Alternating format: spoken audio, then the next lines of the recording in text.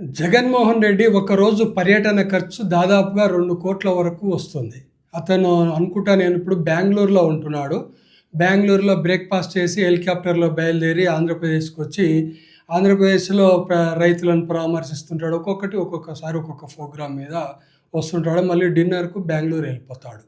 ఈ ఖర్చులన్నీ చూస్తే దాదాపుగా 2,00,00,000 వరకు వస్తుంది. నేను పొద్దున ఏఐని అడిగితే ఇచ్చిన సమాచారం ప్రకారంగా 2,00,00,000 వరకు వస్తుంది. అది కొంచెం ఎక్కువ తక్కువ ఉండొచ్చు. అది సబ్జెక్టు కరెక్టు. అంటే ఒక రాజకీయ నాయకుడు, ఒక అపోజిషన్ లీడరు ఒక పర్యటనకు చేసేటువంటి ఖర్చు ఇది.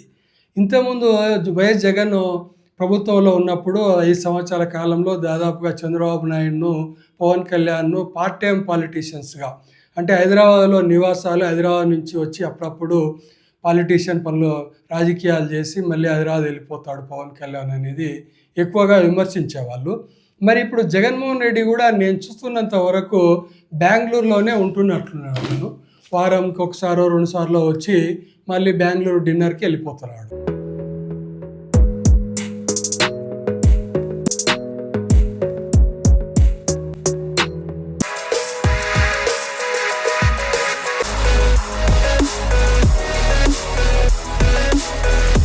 అంటే ఇది కూడా ఒక విధంగా పార్ట్ టైము రాజకీయాలని కిందకి రాదా ఇది మరి?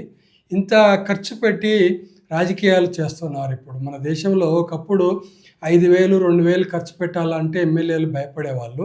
అటువంటిది ఈరోజు ఒక రోజు 2,00,00,000 ఖర్చు పెట్టడానికి కూడా వెనకాడడం లేదు. అంటే ఈ సంపాదన అంతా ఎవరిది? మన రాజకీయ నాయకుల దగ్గర ఉన్న ఆస్తులన్నీ ఎవరివి అసలు? ఒక విధంగా ఆలోచించుకుంటే ఏం బిజినెస్‌లు అంటే సైడ్‌కి బిజినెస్ చేస్తారేమో కానీ ఫౌండేషన్ మాత్రం రాజకీయాలే కదా!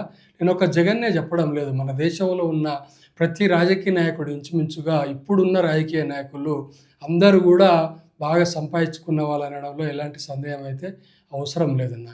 సో, రాజకీయాలు ఇప్పుడు చాలా రిచ్ గురు.